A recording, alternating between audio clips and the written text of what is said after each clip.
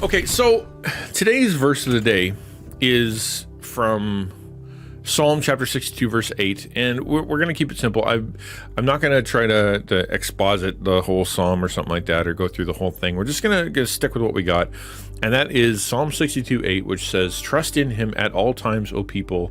Pour out your heart before him.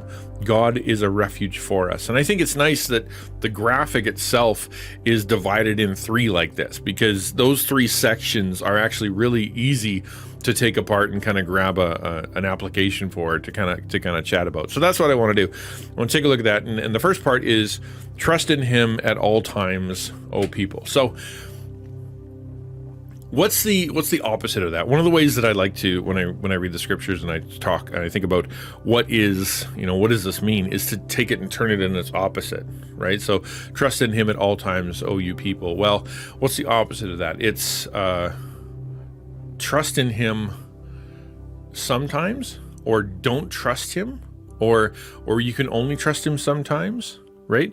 The idea is the declaration of the psalmist is to say, listen, there's no time in which you can't trust him. There's no time in which he is untrustworthy. There's no situation that you're in that you're going to do a better job at, that you are going to know more about, that he's going to enter into, and there would have been a better option. In 1 Peter says, cast all your cares on him because he cares for you. The idea is this: your entire life, every moment of it, from when you wake up in the morning to when you go to sleep, every opportunity you have, no matter how mundane, whether you're shopping or putting on your socks or having a shower, brushing your teeth, or if you are, in the middle of a crisis at the hospital, if you are, completely confused about your future and you don't know what to do, or you're just hitting the road and you're doing great and you know exactly what you're going to be doing that day. There's no situation in which God doesn't want to be involved, and no situation in which he isn't going to guide you. I know for me, there are often times where I think, I don't need to pray about this. I've got this one. Or I'll pray about this, but I'll just keep trucking along. Or for that matter, you know what? The way I'm going to do this isn't the way God's going to do. God would want me to do this. Therefore, maybe I won't pray about this one. And it's easy, even for someone like me who's been a Christian forever, who has been through so much struggle and has been walked through it from God, to be able to go, well, maybe I don't need to pray about this. It's maybe not conscious, maybe not me going, I refuse to pray, but more, just kind of moving along with your day and just pretending that you're okay. You don't need God in that situation. But what I've learned is that those little tiny situations, those ones that you don't think you need God for, or think you have a good handle on, or that God isn't interested in, or that God is, that his opinion is going to be different than yours, therefore you don't want to bring it up. Those are the things that can really affect your life. Those are the things that can really take you from going the right direction, being on purpose, serving God, knowing God, understanding who you are, being able to be effective in this world, use your gifts and talents for his glory and for the good of for the good of people. And you can start to get skewed because you wait on your prayers to be big things, like when I'm making a big decision, when I'm changing jobs, when I'm moving to a new place, when there's a new chapter then I'll start to pray, then I'll have my fasting, then I'll sit down and I'll talk to God, then I'll seek his word.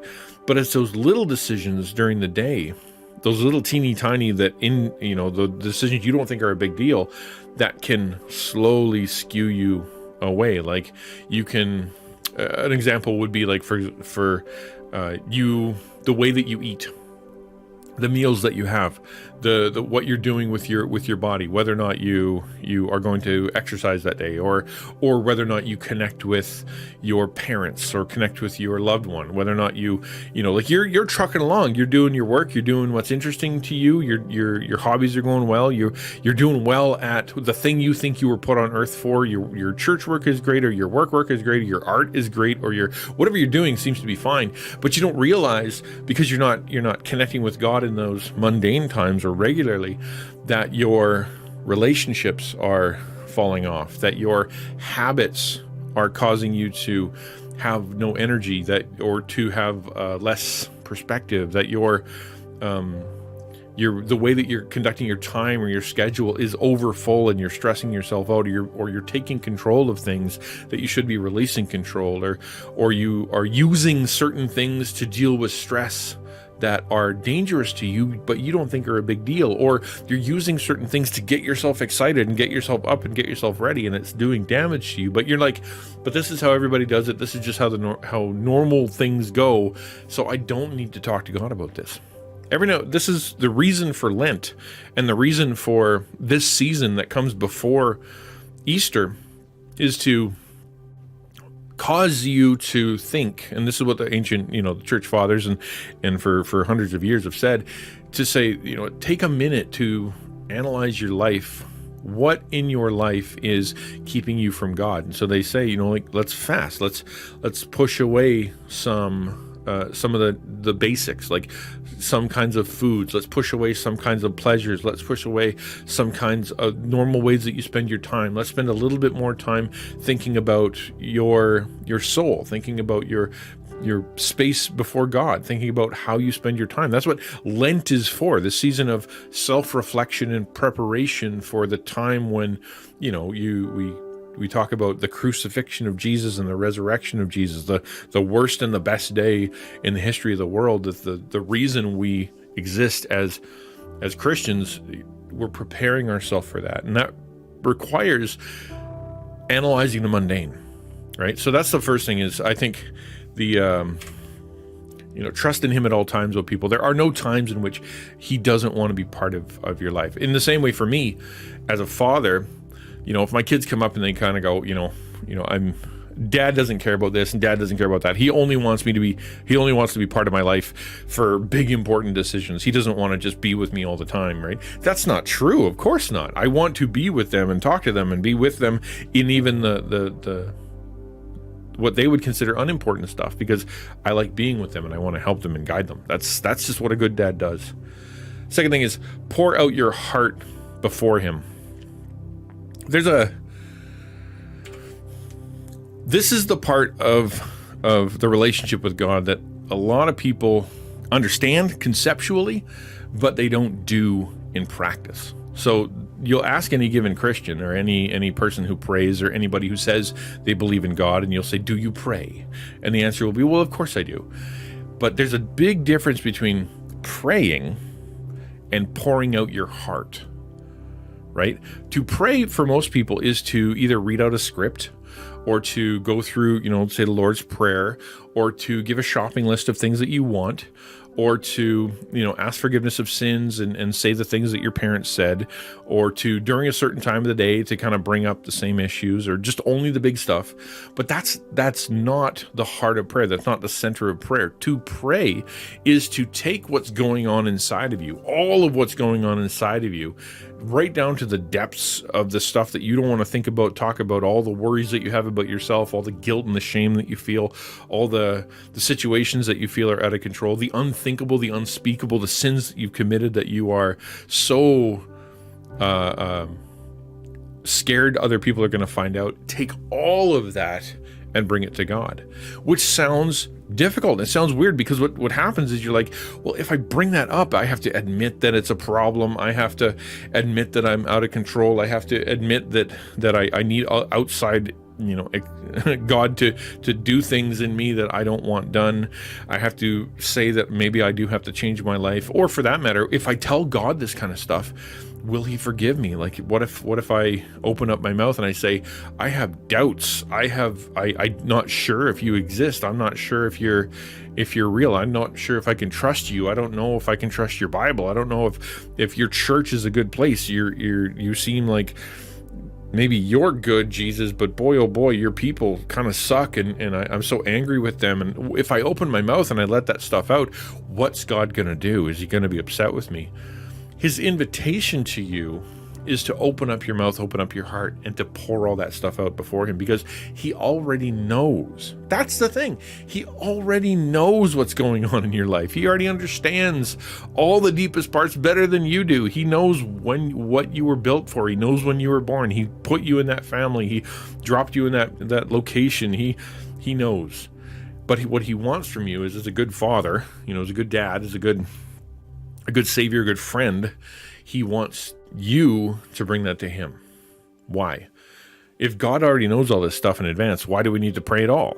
Well, it's because it is our humility before him, our willingness to bring this stuff to him, that allows us to say, I'm willing to listen now, right? So you walk up, you come to prayer, and you just kind of go, okay, God, thank you for the day, and thank you for the world, and thank you for everything, and please be with Grandma and take care of her knees.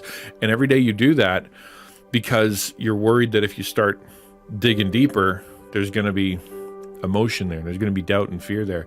So you come to God, all of a sudden you're like, okay, I'm going to do it. I'm going to open up my heart, and you start pouring out your heart, and you realize how much is in there, how much fear and guilt and shame and anxiety and worry and doubt is all happening inside of you. And you bring it to God, and you wonder, okay, what's he going to do with all this?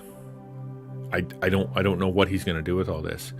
But in that moment, what you're saying is, I'm willing to listen to what he's going to do. I'm willing to open my heart to what he's going to do. I'm willing to say, I don't have control over all this. In that posture, that willingness to say, all this crap in my heart, I'm going to bring it before a greater power, someone who's wiser and stronger than me. And I'm going to just say, I don't know what to do with all this. That posture allows you to open your ears, open your heart, open your mind to what God wants to do. Now you're able to hear, you're able to see. The cotton is pulled out of your ears, the ink is pulled out of your insides, the cup that you are is washed out, and now you become the kind of vessel, the kind of spirit who is able to listen to what God has been saying all along. It's kind of like the radio signal that God is always sending, right? It's always out there. You can always tune in, but when you're not listening, or the radio's not on and you're not praying at all, or when you are praying, you don't really care how close you are to the radio station. You kind of get static, and you kind of get a little bit, taking that time to really pour out your heart. It's kind of like tuning in that radio dial to get it exactly right, so it can be as clear as possible. Pulling out the cotton, pulling over the car, listening to that message as clear as you can. That's what prayer is doing. It's altering you far more than it's altering anything else, because that posture of humility is what God can work with. He says he opposes the proud, he gives grace to the humble. And that's what it means to pour out your heart, is to say, I want God to be involved. I submit myself to him, even in these really difficult areas. The last part is, God is a refuge for us. The term refuge is the term for place of safety, like a tower, or like a foxhole, or like behind a wall, or someplace that you run to when there's trouble, right? It isn't an active thing. In other words, it's not like you're being, when you pray, it's not always that God is saying, okay, now go do this thing. Go do this thing. Now that you prayed, I want you to do a thing. What this verse is saying is, as you pray, as you pour out your heart, as you say, I have all these things in my life, you are actually stopping yourself. You're ceasing to act. You're ceasing to work. You're ceasing to try to work out all your problems and try to assuage your own guilt and entertain yourself into oblivion. Or you're saying, I refuse to continue the activity until I get, God's say so. I'm running to him. I'm hiding from the world. I'm hiding from the sin. I'm hiding from the spiritual reality. I'm hiding from all of these things I don't have control over, that are taking over my spirit and taking over my joy and taking over my life and causing me to be so scared and frustrated and miserable. And I'm just going to hunker down. I'm going to go find God, hide behind him, and hope that he will deal with these issues, right? When you're a little kid, if you have little kids, this is exactly what happens, right? You're walking down the road, and the kid is, on your hand, and you're walking, and all of a sudden a noise will happen, boom, or something will happen in front of you, or some scary guy. What does the kid do? Well, they lean in, they pull behind the leg, or they kind of duck in behind the parent. Well, why? It's not because it's because that thing scared them. So they find refuge in the strength of the one who they know is going to take care of them. In the same way, You, when you pray, are saying, I can't handle this. I'm not big enough. I'm not strong enough. And you're taking refuge in God. You're pulling back and hiding. Our world today does not like that message. There are a lot of people who will look at you saying, well, and they'll say, what are you doing about it? Right? What are you doing about it? And if your answer is, well, I'm praying about it. I'm hiding in God about it. I'm not doing anything about it until I hear from God. They're going to say, well, you're a coward, or you're a fool, or you are a religious nut who believes that God is going to do things for them, and some kind of is special because God's miracle is going to happen to you. It's not something even within the church sometimes that you're going to hear. It's going to be pray and then act and then pray, keep acting, keep praying, work and pray. Sometimes after you poured out your heart, oftentimes it's not and then go do. It is and then keep stopping. Just stay put. Wait.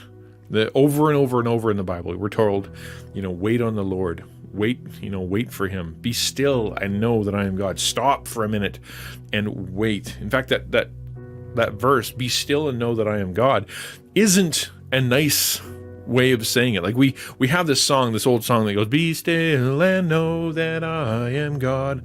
That's not how that verse is spoken. It is God standing up and looking at the world and shouting, stop, be still, as in like, stop, everybody stop it.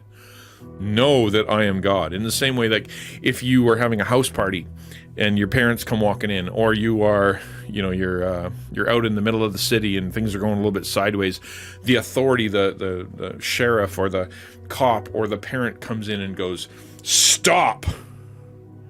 The authority is here. That's what that be still and know that I am God verse is all about. And that's when the people who are God's people go, yes, refuge has come, safety has come. I'm going to go hide behind that authority because things are getting out of control. Those who don't see God as refuge see that as an imposition, see that as him coming at them in a way that is offensive, right? So my invitation to you is to look at this verse and say, am I trusting him with all the stuff that's in my life?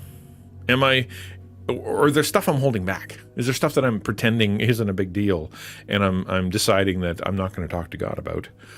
Second, are you pouring out your whole heart to him? Are you willing to open up your heart about all those feelings that you have and all the stuff going on inside of you? Like, do you have situations you're not giving him? And is there stuff inside of you that you're not willing to look at, not willing to pray about, not willing to open your heart to him about? Because the invitation is that he already knows. Just do it anyway. Give it all to him. And third, are you willing to stop? Are you willing to pause? Are you willing to say, listen, I'm hiding in God. I'm not going to run out there and try to be in control. I'm not going to try to be smart enough to get around this. I'm not going to try to, pretend this isn't happening. I am going to go and I am going to wait for God. I'm going to hide in him because I know the situations he cares about. I know my heart. I know in my heart he loves me and he knows what's best for me. And so I'm going to hide in him until he either tells me what to do or he brings the solution, because he is my refuge and my strength, right? That's my encouragement to you. Ask yourself those questions. Isn't he cute? He's adorable. This is just wrong. This is just wrong on so many levels. The eyes say cute, and then you get close and start screaming. Yeah, I totally agree with that. It's a shiter. Look, it's a shiter. I guess that's better than a spark.